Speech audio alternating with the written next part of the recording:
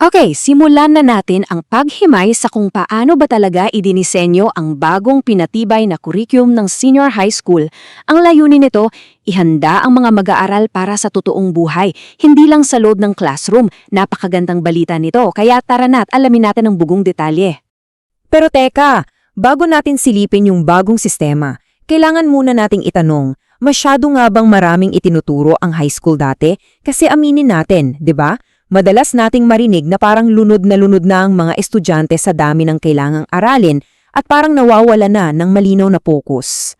Ang totoo niyan, ang lumang setup ay may matinding curriculum congestion o siksikan ng mga subjects. Ibig sabihin, sa dami ng kailangang kunin ng mga estudyante araw-araw, wala na silang oras para ma-master ng todo yung mga pinakamahalagang skills o kaya mag-focus doon sa mga bagay na talagang gusto nila. Idagdag mo pa yung kailangan nating mas i-align na mga kurso papuntang kolehiyo at sa totoong trabaho. Para maintindihan natin kung paano inaayos ng bagong kurikulum ang mga problemang yan, hihimayin natin ito sa 5 bahagi. Una, ang pagsasaayos ng senior high school.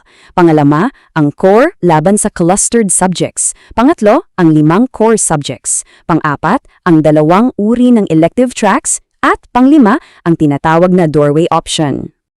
Magsimula tayo agad sa ating unang bahagi, ang pagsasaayos ng senior high school. Tingnan natin yung pinakapilosopiya ng reformang ito. Ang ultimate goal natin dito ay ayusin yung siksikan sa pamamagitan ng isang mas maayos na struktura. Kailangan natin ng perpektong balance sa pagitan ng pangkalahatang edukasyon para sa lahat at ang isang napakatutok na spesyalisasyon para sa career mo. Hindi na pwede yung one size fits all.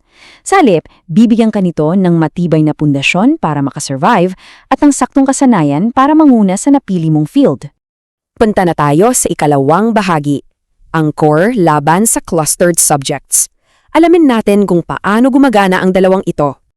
Ngayon, ang talagang nakakabilib sa konseptong ito ay kung paano niya ginagamit ang isang simpleng two-pillar approach para makuha yung saktong balanse. Isipin mo na lang na nagtatayo ka ng bahay. Ang iyong core subjects ay yung matibay at sapilitang pundasyon na kailangan ng bawat estudyante para hindi gumuho ang bahay. Samantala, ang clustered electives naman ay yung mga highly customized na kwarto na ikaw mismo ang pipili at magdidisenyo. Depende kung ano ang gusto mong maging sa future. Dito na tayo papasok sa ating ikatlong punto, ang 5 core subjects. Tingnan natin kung ano ba talaga ang bumubuo sa matibay na pundasyong ito. At dito natin makikita yung solusyon sa curriculum congestion. Mula sa 15 mabibigat na core subjects noon, literal na tinapyas ito at ginawa na lang 5 napakahalaga at nakatutok na core subjects. Ang galing, di ba? Ang pinakamaganda pa rito, direktang naka-align na ito sa mga subjects sa kolehiyo para hindi na tayo paulit-ulit ng inaaral pagtuntong sa universidad. Sayang din kasi sa oras. At hindi lang basta teorya ang mga klase na ito, super practical nila. Nariyan ang effective communication, life and career skills, general mathematics, general science, at pag-aaral ng kasaysayan at lipunang Pilipino. Halimbawa na lang ha, sa halip na puro nakakahilong formula, tuturuan ka sa general math kung paano magkwenta ng interes sa utang sa totoong buhay. O kaya sa life and career skills, tuturuan ka kung paano i-manage yung personal budget mo at i-handle ang emotional stress. Literal na magagamit mo ito araw-araw. Para naman masiguradong ma-master mo talaga ito, ibibigay ang 5 ng asignaturang ito sa mga espesyalisadong guro. Ibig sabihin yung talagang eksperto sa linya nila magtuturo sa'yo. Mula sa mga guro ng English at Filipino para sa communication hanggang sa mga values at PE teachers na tututok sa life and career skills. Talagang nasa tamang kamay ang pag-aaral mo. Ngayong nalalatag na ang matibay na pundasyon, dumako tayo sa ika-4 na bahagi, ang 2 uri ng elective tracks. Dito mo na i-customize ang high school life mo. Kung paanong pinasimple yung core subjects natin, ganun din ang ginawa sa sistema ng electives. Mula sa 4 na magkakaibang track dati, ngayon ginawa na lang itong 2 sobrang tutok na landas, ang academic at ang technical professional o mas kilala bilang tech pro. Kaya ang crucial na desisyon dito ay ang pagpili ng direksyon mo. Ano ba ang target mo? Gusto mo ba yung theoretical at analytical na diskarte ng academic track bilang paghahanda sa kolehiyo? O mas type mo ang hands-on na training ng Tech Pro track para ready ka na agad magkatrabaho sa industriya? Kung ang pipiliin mo ay ang academic na ruta, Papasok ka sa mga specific clusters tulad ng STEM para sa mga future engineers at tech innovators natin. Nandyan din ang humanities para sa mga nangangarap maging abogado o journalist. Pwede rin ang business and entrepreneurship kung negosyante ang peg mo, pati na ang sports, health and wellness. Sa kabilang banda, yung mga tech pro clusters naman ay nakatutok sa competency-based na pagsasanay. Set up ka nito para sa agad-agad na trabaho. Mamimili ka sa ICT para sa web development, agriculture at fisheries, industrial arts para sa welding o carpentry, family and consumer science kung hilig mo sa culinary, o kaya sa maritime kung gusto mong maging seafarer. At sa wakas, nandito na tayo sa ating ikalimang bahagi, ang doorway option. Ito yung nagbibigay ng kakaibang flexibility sa curriculum. Ang doorway option na ito ay isang built-in flexibility tool na nagpapahintulot sa iyo na sagit na sumilip at lumabas mula sa iyong main track para kumuha ng subjects na makakatulong sa iyo. Literal na parang may pinto palabas ng nakasanayang box para matuto ka ng ibang skills. Para mas magets natin, isipin mo ito. Paano kung ikaw ay isang STEM student na nag-iimbento ng bagong tech gadget? Sa pamamagitan ng doorway option, pwede kang kumuha ng classes sa entrepreneurship. Sobrang ganda nito kasi paglabas mo, hindi ka lang basta marunong mag-imbento, alam mo rin kung paano magtayo ng negosyo para ibenta yung imbensyong mo. Astig, di ba? Sa huli, ang pinatibay na kurikulum na ito ay hindi lang tungkol sa pagbabawas ng subjects o pagpapalit ng pangalan ng tracks. Tungkol ito sa pagbibigay sa iyo ng mismong mga tool para mabuo mo yung perpektong kinabukasan mo, mula sa rock-solid na foundation ng core subjects hanggang sa customized na clustered electives. Kaya ang iiwan kong tanong para sa iyo ngayon, sa pagbubukas ng mga pinto patungo sa iyong tagumpay, anong landas ang pipiliin mo? Tara, simulan na natin to! Isang malaking welcome sa lahat ng mga incoming grade 11 students natin at syempre sa mga very supportive na magulang na nakikinig ngayon. Ako ang inyong magiging gabay at sa explainer natin na to, hihimayin natin ang inyong personal na mapa papunta sa isang napakagandang future. Pag-uusapan natin ang mga bonggang programa na naghihintay sa inyo sa Cabiao Senior High School.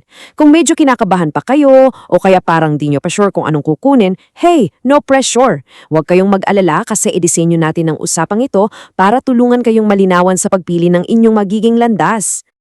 Imagine walking right into this beautiful main campus. Dito nyo bubuo ang susunod na 2 taon ng buhay nyo, ang inyong pangalawang tahanan. At kitang-kita naman na ang Cabiao Senior High School ay sobrang ready na, salubungin kayo ng buong buo. Gusto kong i-highlight na kahit ano pa man ang trip nyo, ang mga talento nyo o interes, promise, may lugar na sadyang nakadesign para lang sa inyo rito. Hindi lang siya basta school guys, isa itong komunidad na aalalay sa bawat hakbang nyo patungo sa inyong mga pangarap. Ngayon, tingnan nyo tong mismong core mission ng ating paaralan. Sabi rito, paghubog ng talino, pagpapalakas ng kasanayan, pagpapatibay ng pagkatao. Para sa inyo at sa mga magulang ninyo, ito yung solid na pangako ng Cabiao SHS. Makakaasa kayo sa tinatawag nating holistic growth o kabuuang pag-unlad. Ibig sabihin, hindi lang puro libro at exams ang aatugin nyo sa loob ng classroom. Siyempre, huhubugin din yung mga practical skills ninyo at higit sa lahat, yung mabuting karakter at asal na dadalin nyo habang buhay. Kaya naman, ito ang direktang tanong ko sa inyo. Handa na ba kayong buuin ang future nyo? Isipin nyo na lang na itong explainer natin ay parang isang choose-your-own-adventure game. Kayo ang main character sa kwentong to. Sa mga susunod na minuto, hahanapin natin yung perpektang major na sasagot sa kung ano ba talaga ang nagpapabilis ng tibok ng puso nyo at pumupukaw sa inyong passion. Dito na tayo sa unang malaking crossroads ng journey nyo. 2 main paths natin. Sa isang side, andyan ang academic strand. Nakafocus to sa kaalaman, layunin at pamumuno. Perfecto para sa inyo kung bet nyo ang mga analytical, theory-based at leadership-driven na careers. Sa kabilang side naman, ito ang Tech Pro strand. Ang mantra naman dito, matuto, gumawa, mag-imbento at magbigay inspirasyon. So kung mas gusto nyo yung mga hands-on, gumagamit ng kamay sa paglikha at makabagong technical stuff, dito kayo. Parehong champion yan pero ang tanong, saan kaya mas lilitaw ang personality mo? Let's zoom in muna sa academic strand at tingnan kung paano to nakakatulong sa pagbuo ng ating lipunan. Nakikita mo ba ang sarili mo bilang isang hero sa loob ng classroom? Kung oo, nanditong mga kurso sa edukasyon para sa mga future teachers natin. O baka naman mas type mong mag-serve at protektahan ang ating bayan. Kung yan ang calling mo, naku, sakto sa iyo ang criminology at military science tracks para sa uniformed personnel. Sadyang ginawa to para i-level up ang tapang, disiplina at dedikasyon mo. What if you're someone who is super passionate about justice o kaya may pambihirang galing sa pagsusulat at pagbuo ng makabuluhang kwento?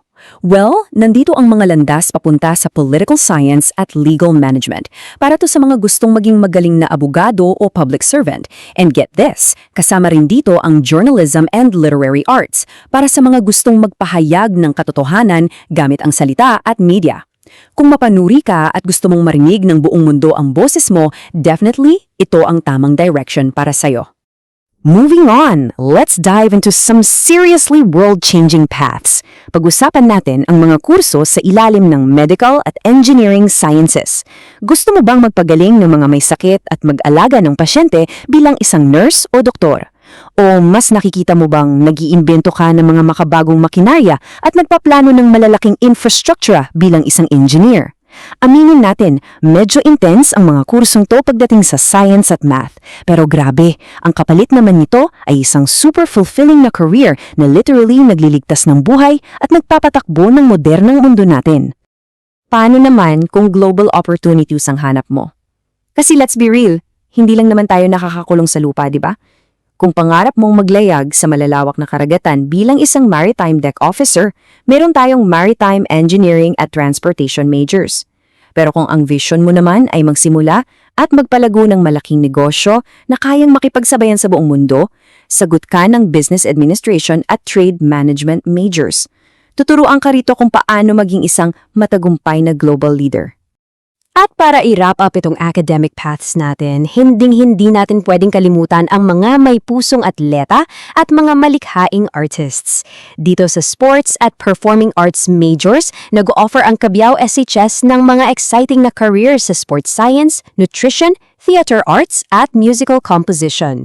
Kaya kung ang husay ng katawan mo sa pagtakbo o ang galing mo sa entablado ang pinakamalaking puhunan mo, dito lalo pang mahahasa ang talento mo para maging isang professional na atleta o alagad ng sining. Okay, shift gears naman tayo. Dito na tayo sa pangalawang malaking strand, ang Tech Pro Strand. Dito, usapang highly technical at hands-on na skills tayo. Nariyan ang mga track para sa tourism, food, and wellness. Pangarap mo bang maging master chef o kaya sikat na pastry baker?